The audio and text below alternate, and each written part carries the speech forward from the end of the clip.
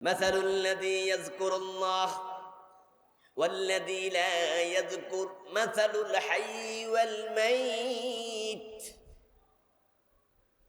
নবীজি বলেন যে আল্লাহর জিকির করে, আল্লাহর জিকির যে করে না, তার উদাহরণ হলো মরা আর জীবিত লোকের মতো। মানুষ যখন মরে যায় তখন তার চোখ মরে যায়, মানুষ যখন মরে যায় তখন তার কান মরে যায়, মানুষ যখন মরে যায় তখন তার কলব মরে যায়। এই সবগুলোর মৃত্যু একসাথে হওয়ার নামই কিন্তু আসল মাউত। তো যাদের জিকির থাকে না, মাসালুল হাইয়্যি ওয়াল মাইত, ও মরা মানুষের মতো, তার অন্তর মরে গেছে।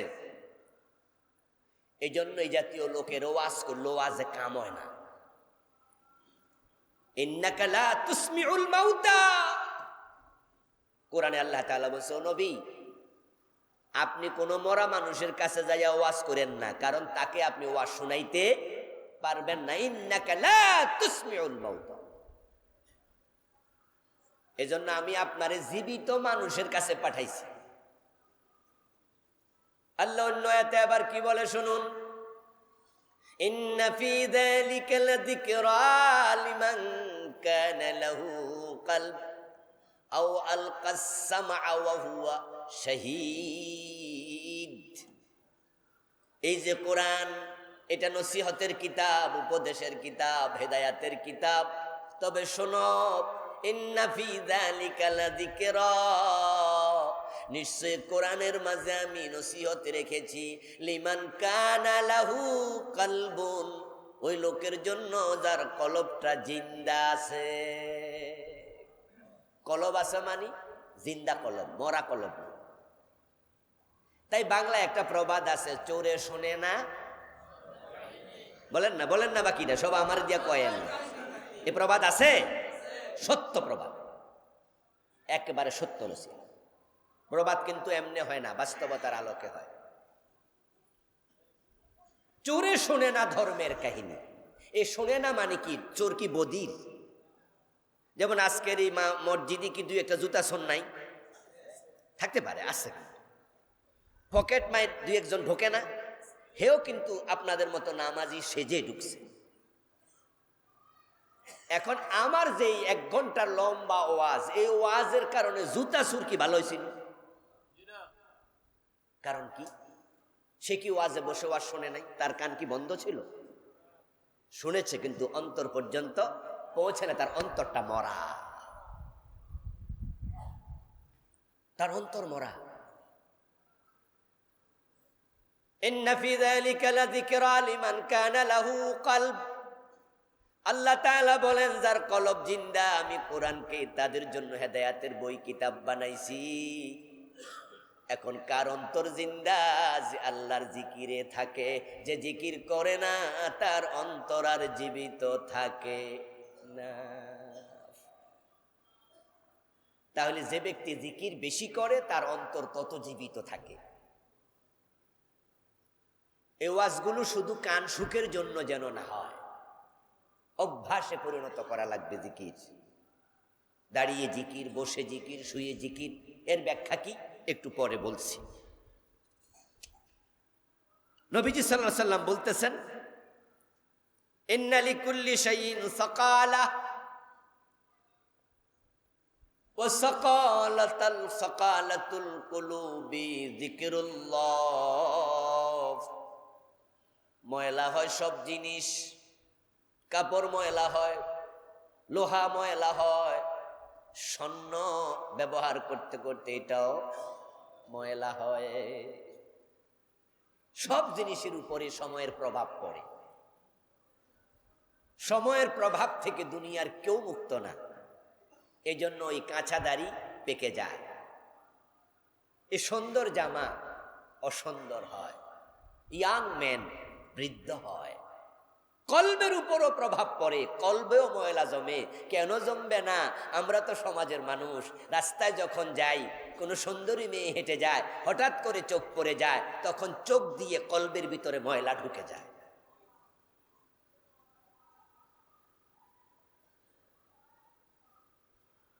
আপনি যখন কোনো অপরাধ করেন সাথে সাথে ওই অপরাধটা কান দিয়ে করেন, হাত দিয়ে করেন, চোখ দিয়ে করেন, মুখ দিয়ে করেন, তা ডাইরেক্ট কলবে গিয়ে ঢুকে যায়।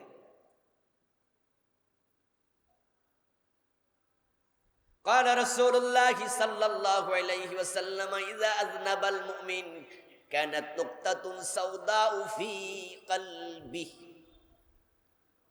নবীজি বলেন, মুমিন আল্লাহর বান্দা যখন একটা গুনাহ করে, সেটা যেভাবে করুক, কান দিয়া, চোখ দিয়া, মুখ দিয়া, হাত দিয়া, চিন্তা দিয়া, যেটাই করুক, গুনাহটা করার সাথে সাথে কলবের মাঝে একটা কালো দাগ পড়ে যায়।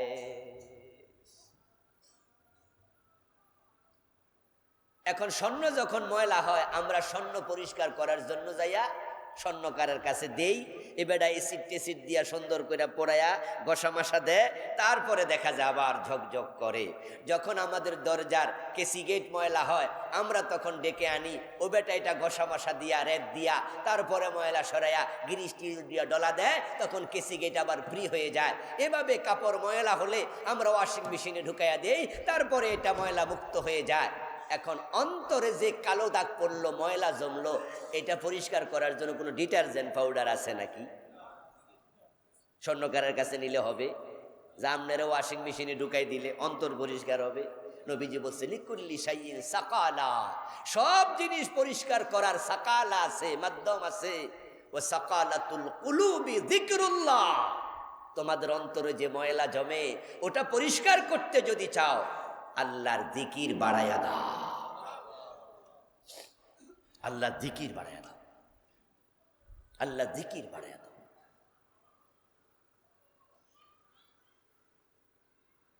কালা তাআলা আনা মা আবদি যা যাকারানি ওয়া তাহাররাকাত বি শাফাতাব। হাদিসে কুদসি আল্লাহ তাআলা বলেন, বান্দা যখন আমাকে স্মরণ করে, আমি তখন তার সঙ্গী হয়ে থাকি। যখন সে তার দুই ঠোঁট আমার স্মরণে নড়াচড়া করে, আমি আল্লাহ তার সাথেই থাকি। قال رسول الله صلى الله عليه وسلم ليس يتحسر أهل الجنة إلا على ساعة مرت بهم لم يذكروا الله فيها। মানুষ জান্নাতে যাওয়ার পর কোনো আফসোস করবে না। এবার শুনুন জিকিরের আখিরাতের উপকার। জান্নাতে যাওয়ার পর যে জিকির কম করছে, সেও জান্নাত পেয়ে যেতে পারে। সকাল সন্ধ্যায় জিকির করো, সারাদিন জিকির করো, এগুলো কোনোটা নফল, কিন্তু নফল এবাদতে ঘাটতি আছে, ফরজ এবাদতে জান্নাত পেয়ে গেছে। ওই লোকটাও জিকির কম করার কারণে ওইটুকুর জন্য জান্নাতে গিয়াও আফসোস করবে। কেন আফসোস করবে? সে জান্নাতে গিয়ে বলবে, আরে যদি আরো কিছু জিকির করতাম, তাহলে জান্নাতে আমার যে মর্তবা, এটা আরো উপরে চলে যেত। সকল সাহাবী কি জান্নাতে একই রকমের মর্তবা পাবে? আবু বকর যে জান্নাত পাবে, হযরত ওমর কি ওই ক্লাসেরটা পাবে? নবী ঈসা আলাইহিস সালাম যে জান্নাত পাবে, মুহাম্মাদুর রাসূলুল্লাহ সাল্লাল্লাহু আলাইহি সাল্লাম কি ওই ক্লাসের জান্নাত পাবেন? আব্দুল কাদের জিলানী যে মর্তবার জান্নাত পাবে, ওইটা কি আপনি পাবেন? ইমাম আবু হানিফা যেটা পাবে, এটা কি আমরা পাবো? মর্তবা আলাদা। তো জান্নাতীদের শ্রেণীভেদ থাকবে, ক্লাস থাকবে। এখন জান্নাতি বলবে, একটু জিকির বেশি করলে আমার ক্লাসটা আরো উপরে যেত। নবীজি হাদিস বলে বুঝালেন, সেদিন আফসোস করে কোনো লাভ নাই, বরং এখন সময়টাকে কাজে লাগাও। আচ্ছা, এই আফসোসটা ওটা গ্রহণযোগ্য, এটা মেনে নেয়ার মতো। আচ্ছা, অসুবিধা নাই, জান্নাত তো পেয়েছি, জান্নাত মানেই তো বিশাল নেয়ামত, এই আফসোস ক্ষতি নাই। কিন্তু একটা আফসোস আছে, বড় জঘন্য আফসোস। নবীজি বলেছেন, আল্লাহর কিছু বান্দা তারা জাহান্নামী হবে শুধুমাত্র উকুনের ডিম পরিমাণ সওয়াবের কমতির কারণে। তাদের আফসোসের সীমা থাকবে না। জাহান্নামী হবে কেন? সওয়াব কম। কোরআনে এটা আছে, ওয়াম্মা মান খাফফাত মাওয়াজিনুহু ফাউম্মুহু হাবিয়া। আছে না? বাংলা অনুবাদ কি? যাদের সওয়াব কম, হালকা, তাদের বাসস্থান হাবিয়া, দোজখ, জাহান্নাম।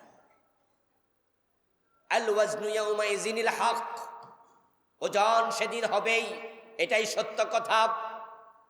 আমলের ওজন হবে। ফাম্মা মান সাকুলাত মাওয়াজিনুহু ফাহুয়া ফি ঈশাতির রাদিয়া, যাদের আমল নামায় সওয়াব বেশি, আল্লাহ ঘোষণা দেন তাদের জন্য সুপারিশকারীও লাগবে না, আমি আল্লাহ সওয়াব বেশি হওয়ার কারণে সাথে সাথে জান্নাত দিয়ে দেব, তারা জান্নাতি হয়ে যাবে। কিন্তু যাদের আমল নামা সওয়াব কম, তারা হবে জাহান্নামী।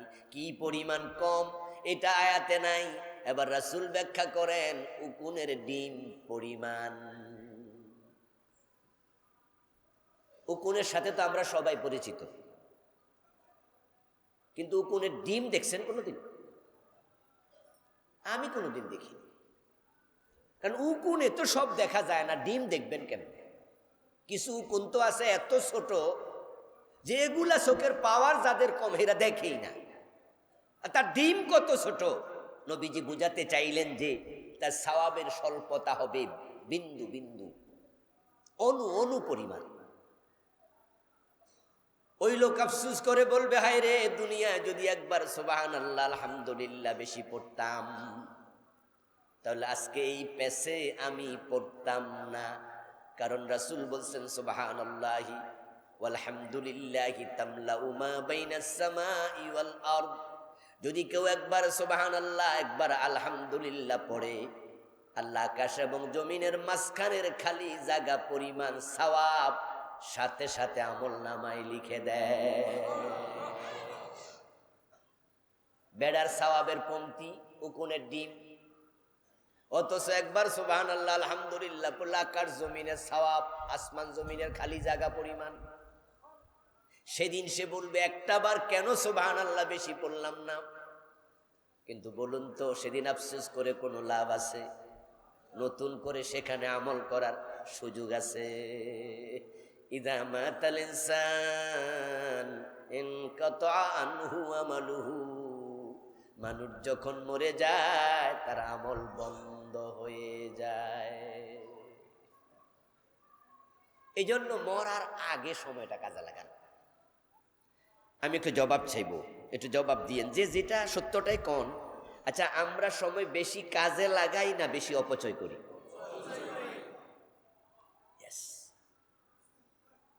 এটাই সত্য কথা। অথচ নিষ্পাপ নবী, মাসুম নবী মুহাম্মাদুর রাসূলুল্লাহ সাল্লাল্লাহু আলাইহি ওয়াসাল্লাম, যার জাহান্নামের ব্যাপারে কোনো টেনশন ছিল না এবং যার আমলনামায় কোনো গুনাহ নাই, ওই রাসূলের অভ্যাস কি ছিল? মা আয়েশা সিদ্দিকা রাদিয়াল্লাহু তাআলা আনহা বলছেন, কানান নবী সাল্লাল্লাহু আলাইহি ওয়াসাল্লাম ইয়াযকুরুল্লাহ আলা কুল্লি আহইয়ানিহি, আমার রাসূলকে দেখতাম তিনি সারাক্ষণ জিকিরে মাশগুল থাকতেন। দোকানে কাস্টমার নাই, বসে বসে সুবহানাল্লাহ পড়া যায় না, আলহামদুলিল্লাহ পড়া যায় না? টেলিভিশন চাইয়া চাইয়া, মোবাইল চাইয়া চাইয়া এত সময় নষ্ট করতে হবে কেন? রাজনীতির এত আলাপ কেন? পত্রিকা পড়তেছে এক একজন, আমি এমন মানুষও দেখি 3টা-4টা পত্রিকা রাখে। সকালবেলায় পত্রিকা না পড়লে নাকি তার পেটের নাস্তা হজম হয় না, এই জন্য ঘুম থেকে উঠেই বাবারে বাবা 3টা-4টা পত্রিকা লইয়া বসে। আন্তর্জাতিক পৃথিবীর খবর রাখে, নিজের জান্নাতের খবর নাই। অথচ বেটা ফজরের নামাজটা ঠিক করে পড়ে না, দুনিয়ার খবর নিয়ে ব্যস্ত, নিজের ব্যাপারটা ভুলে যায়। দোকানে কাস্টমার নাই, বসে বসে জিকির করেন, বসে বসে জিকির করেন, ইস্তেগফার করেন। নবীজি বলছেন, তুবা লিমান ওয়াজাদা ফি সাহিফাতিহি ইস্তিগফারান কাসীরা, যে ব্যক্তির আমলনামা আস্তাগফিরুল্লাহ বেশি পাওয়া যায়, আমি নবী তার জন্য সুসংবাদ দিয়ে গেলাম। ঠোঁট কাজে লাগান, জিহ্বা কাজে লাগান। সময় আছে, চোখ বন্ধ হয়ে গেলে আর এটা কাজে লাগানো যাবে না। প্রিয় ভাইয়েরা আমার, আমার লিখাই বইটিতে আমি জিকিরের উপরে অনেকগুলো হাদিস এনেছি, অল্প কয়টা শুনাইলাম আর কি। এখন আপনি যে জিকির করবেন, এই জিকির মনে রাখবেন যেন বিকৃত জিকির না হয়। জিকির একটা ইবাদত। ইবাদত কি মন মতো হয় না কোরআন সুন্নাহ মতো হবে? আপনাকে ইসলামের এই মূলনীতিটা ভালো করে আত্মস্থ করতে হবে। ইসলামের মূলনীতি এটা, ইবাদত আপনার মন মতো হবে না, ইবাদত হবে কোরআন এবং সুন্নাহ মতো। যেটাই হোক, মানে যেই কোন রকমের ইবাদত আপনার মতো যেন না হয়। মাথা আপনার, টুপি আপনার, মাপ আপনার, দ্যাটস ওকে। আপনি নিজের মাথা মতো টুপি মাপ দিয়া দোকানে 50টা দেখে একটা কিনেন, মাফে মিললে কিনেন, মাফে মিলে নাই কিনেন না, কারণ মাথা আপনার, মাপ আপনার। ইসলাম কইব না যে এই রকম টুপি পরো, বলছে মাথা ঢেকে রাখ। নবীজি এক টুকরো কাপড় দিয়া তিনি মাথা এভাবে ঢেকে রাখতেন। হ্যাঁ, হাদিসে পাওয়া যায় শামাইলে তিরমিজিতে যে নবীজি মাথার মাঝে তেল দিতেন আর তৈলাক্ত মাথার উপরে এক টুকরো কাপড় দিতেন, যার কারণে মাঝে মাঝে কাপড়টা তৈলাক্ত হয়ে যেত। আবার হাদিসে পাওয়া যায় নবীজি সাল্লাল্লাহু আলাইহি সাল্লাম টুপিও মাথায় দিতেন। তাহলে যে টুপি যখন ছিল না, এক টুকরো কাপড়, এটাই টুপি। মাথা ঢেকে রাখা টুপির উদ্দেশ্য কি? কথা বোঝে না নাকি? টুপির উদ্দেশ্য কি? মাথা ঢাকা। তা আপনি এবার যদি এরকম টুপি দেন, এনাফ। আমার মতো দেন, এনাফ। 5 কল্লি দেন, এনাফ। 1 কল্লি দেন, এনাফ। কারণ মাথা ঢাকা টুপির উদ্দেশ্য। নবীজি নির্দিষ্ট কোন টাইপের টুপি পরতেন না। আল আমরু ওয়াসি। এখানে ইসলাম উদার। আপনার মাথা, আপনার মাপ, কাপড় এক টুকরো, এবার টুপি স্টাইলে যেটাই। এই জন্য দেখবেন পৃথিবীর বিভিন্ন দেশের টুপি বিভিন্ন রকম। মক্কায় গেলে দেখেন না, যারা আফ্রিকা থেকে আসে তাদের টুপি কিন্তু ভিন্ন ভিন্ন কালার, কি রং সংজ্ঞা, কত রকম। আমাদের বাংলাদেশেও দেখবেন যে আলহামদুলিল্লাহ কত রকমের টুপি। আমরা এগুলা মাইন্ড করি না। ইসলাম যেখানে উদার, আমি হব সেখানে উদার। ইসলাম যেখানে কনজারভেটিভ, আমি সেখানে কনজারভেটিভ। আমার স্যার ছেলে আলহামদুলিল্লাহ টাকনুর নিচে একজনকেও কাপড় পরতে দেই না। ইসলাম এখানে কনজারভেটিভ। কিন্তু টুপি আমার স্যার ছেলে 4 রকম পরে। একজন পাস করলেই পরে, কোন কমি মাদ্রাসা পড়ে। আমার ছেলের কমি মাদ্রাসা পড়াচ্ছি একটাকে, তো সে পাস করলে আমার মাথায় আমার সামনে মাথায় দিচ্ছে মাঝে মাঝে। আমি কোনোদিন বলিনি পাস করলে মাথায় দাও কেন। আবার আমি এরকম টুপি পরি, ইচ্ছা। আপনার টুপি যেটা ভালো লাগে পরেন। কিন্তু কিছু লোক আছে টুপি লইয়া মারামারি শুরু করে দেয়, আছে না? হ্যাঁ, হুজুর আছে ক্লাসের মাঝে ছাত্র যদি একটু এন্য টুপি পড়ছে, এমনে চায় কি রে, এই টুপি ফাইলি কই।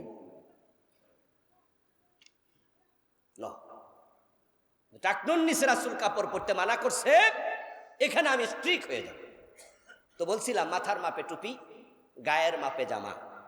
শরীর আপনার, জামা আপনার, মাপ আপনার, মাথা আপনার, টুপি আপনার, মাপ আপনার। ইসলাম আপনার না, ইসলাম আপনার পীর সাহেবের না।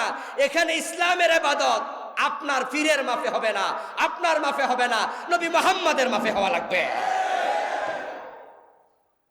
নবী মুহাম্মদ সাল্লাল্লাহু আলাইহি ওয়াসাল্লামের মাপে হওয়া লাগবে। এখন যে আপনি ইল্লাল্লাহ জিকির চালু করলেন, রাসূলের মাপে তো হলো না। রাসূল তো ইল্লাল্লাহ জিকির কোনোদিন করেন নাই। এখানে পীর সাহেবের মাপ ঢুকাইলেন কেন? হু হু হু আছে না জিকির?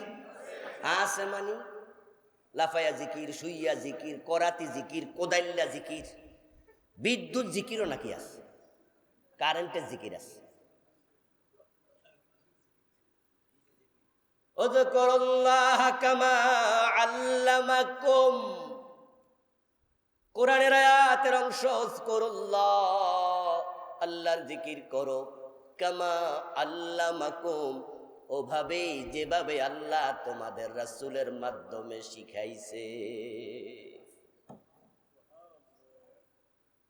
আমাদেরকে রাসূল ইবাদত শিখাইছে। তিনি বলছে খুযু আন্নী মানাসিকাকুম সাল্লু কামা রাআইতুমুনি উসাল্লি। বিধান কিন্তু স্পষ্ট। আমাকে যেভাবে নামাজ পড়তে দেখো তোমরা সেভাবে নামাজ পড়ো। এবার একটা আম হাদিস, খুযু আন্নী মানাসিকাকুম, শুধু নামাজ না, তোমাদের ইসলাম আমি নবী মুহাম্মদ থেকে গ্রহণ করো। নবীজি জিকির করেন নাই?